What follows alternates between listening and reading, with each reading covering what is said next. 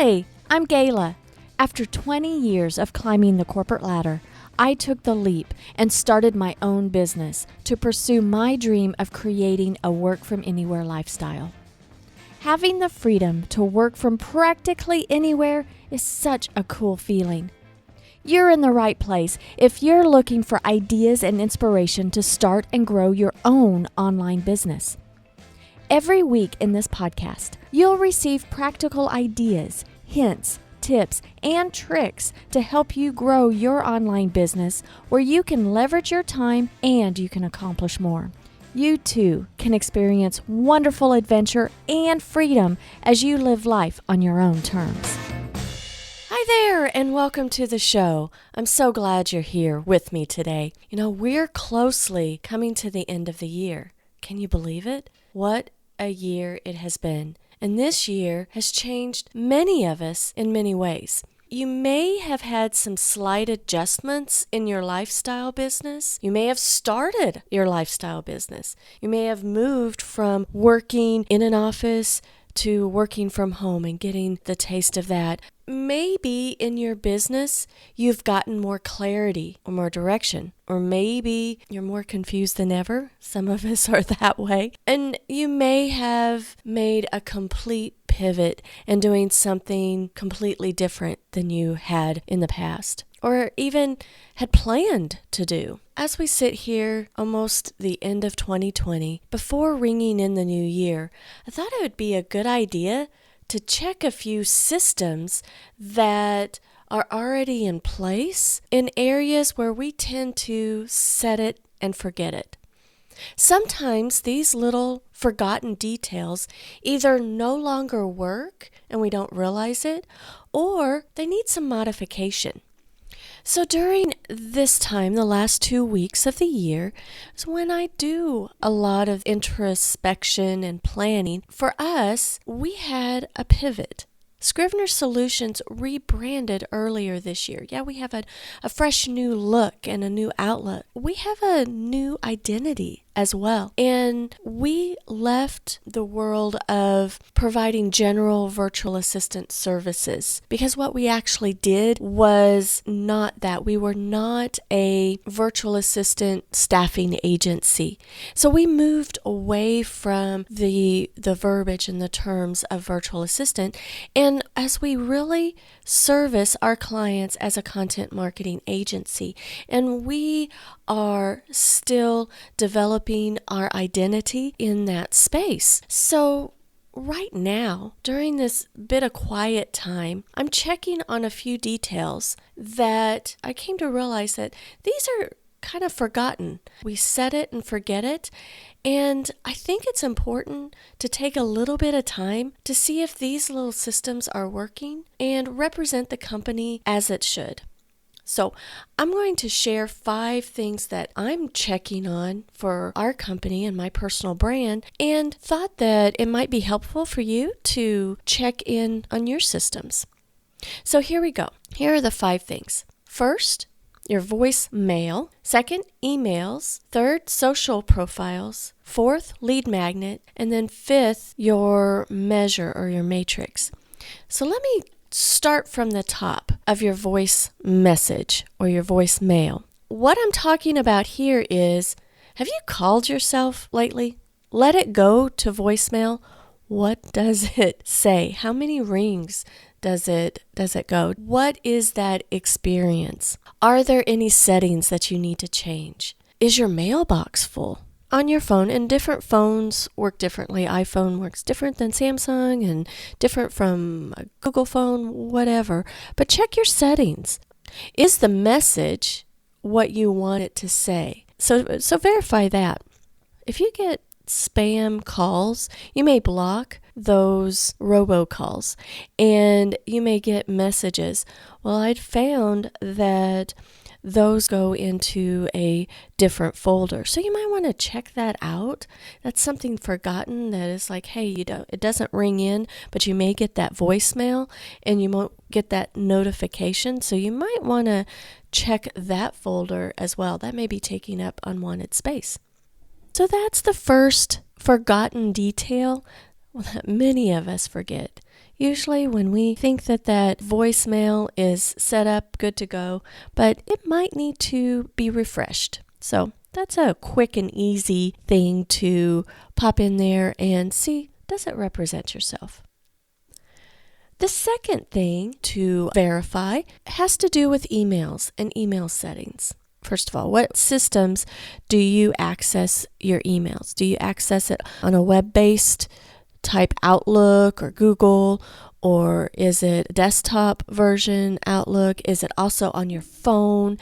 Are you using the Mail app on your iPhone? Do you have apps that you use on your tablet? You may use them in one place or all the places. Well, each time that you set an app up and link your emails to that, you have an opportunity to put in how the from section. How does this email go out to and look to recipients? Okay, this may be confusing, but how does that look? Sometimes it just defaults to your email address, and that doesn't look very professional. Make sure that people know where it's coming from and it's represented in a professional way. And if you're not sure how it looks, then email yourself. See how it comes in so that you know how it represents on all of your devices, because you have to set that up separately on all the different apps. And you may have set it up so long ago that you don't even know what it looks like when your email is sent out. The third little detail to check out are social profiles. When we set up our LinkedIn or our Facebook business page, our personal Facebook, our Instagram, Twitter, all of that, when we set up these profiles, sometimes we never go back and look at our About page. So it may be a good time to do so. Does the description or the About section need to be updated or refreshed? Are there external links that you're going to? Is the correct phone number in there if you want to have a phone number? If you're someone that needs office hours, is that represented in there? Are the cover images branded the way that you want it to? Do you want to refresh your profile image to have represent a new branding, a fresh look for this point on, and have that message, have that look and feel across social profiles? Now, Facebook has a button that you can use on the business pages. Does that Facebook button represent what you want it to do? So even if you have a virtual assistant or an agency or anybody like that helps you with your social media management, go in and look at your own profile. Go in and look at your own About. Does it represent how you have imagined? And then elicit their help to kind of true it up. One thing that I am taking the time currently doing is really cleaning up and modifying my LinkedIn profile. I have ignored it way too long. Well, I'm taking the advice from Paul Higgins. I look at Paul Higgins' LinkedIn example, and you'll meet Paul. He hosts the Build, Live, Give podcast. He is on next week's show, and so be sure to tune in, and he'll talk more about LinkedIn profiles. But when I did that interview, I learned a lot, and I look at his LinkedIn profile as an example, and he has an excellent resource, blgclick.com. I would encourage you to check out that resource, check in for next week's show about LinkedIn, and just as you're perusing social over the holidays, just go into your own profiles. And that may be something that you might want to update. Make sure the links work, The fourth thing that you should check is your lead magnets. Now, you may be like me, I have just a few lead magnets. And in fact, I used to have several more, but as we rebranded, I kind of backed those down and reevaluating those and have a process of introducing updated and new resources that could be used as lead magnets. And if you're not sure what I'm talking about, a lead magnet is just something that you're exchanging an email address for the value that you provide.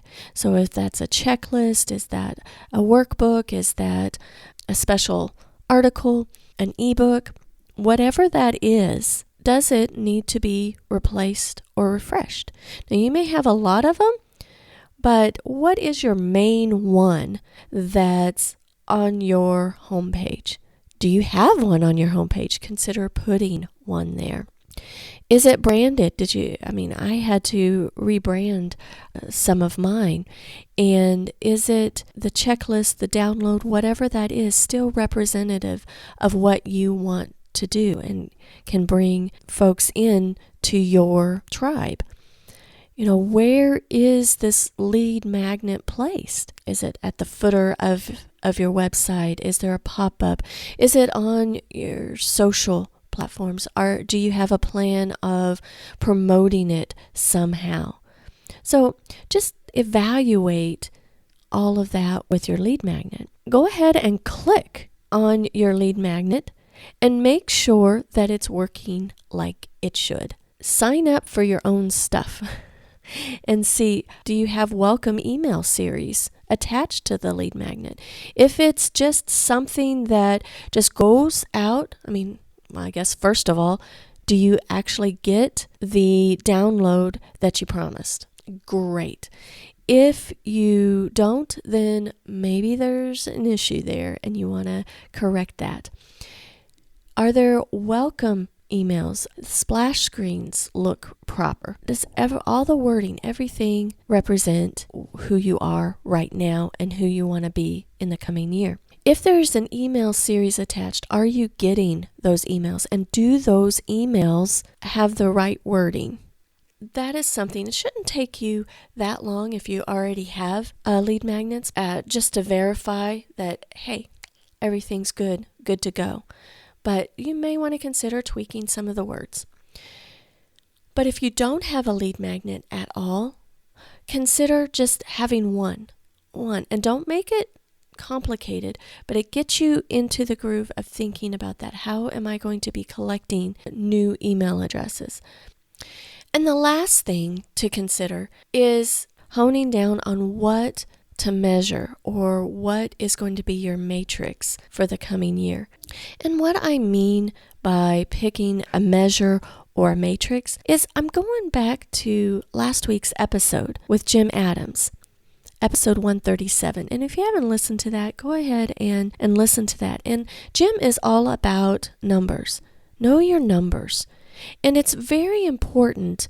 If you want to grow in an area, you've got to measure it. If you're wanting to lose weight, you got to step on the scale once in a while. So what is it that you want to measure? And is it that one of your goals is to have more subscribers? Are you wanting more podcast downloads? Your ad conversions? What is the number one thing that you want to track? And then create a plan to easily pull that number to keep track of and keep it simple. Find that system. I know that for me, I work in the weeds a lot. That's what we do for our clients, and I like working in all the details, but I need to force myself to stand back and look at the overall picture and make sure that, hey, it is working. It is not working. I need to make adjustments. So what is your matrix? What is your measure that you're going to keep track on? And whether you put it in a paper calendar, whether you put it in a spreadsheet, whatever system that you put into place, keep it simple and review it. That's it. Take a little bit of time to check your voice message, your emails, how the from section is going. Social profiles, lead magnet, pick a measure and matrix that you're going to really keep track of for this coming year. And don't overthink this. These are suggestions that are meant to be a quick inventory to fix, if needed, on the systems that you already have. And if you are lacking in an area and you're like, man, I really need to do this, don't dwell on that, oh man, I don't have this in place yet. I don't have a lead magnet. Don't dwell on that. Just focus on what you do have and make sure that those systems are refreshed and representative of who you are and how you want to be represented next year. And on a separate project, just focus on creating the systems that you want to improve on. So don't let what you don't have in place slow you down or stop you on this quick check and verification. I hope this episode has been helpful, and I'm looking forward for you to pop in and meet Mr. Paul Higgins next week, talking about LinkedIn and how he built his and why he built his work from anywhere lifestyle. He's such a great guy to talk with. If you found this episode helpful, I would be honored if you'd subscribe and even leave a review. Share on social if you are so kind. And I'd love for you to look me up on Instagram and drop me a private message letting me know what your biggest takeaway of this show is. Thanks for tuning in, and until next time, have a fantastic week.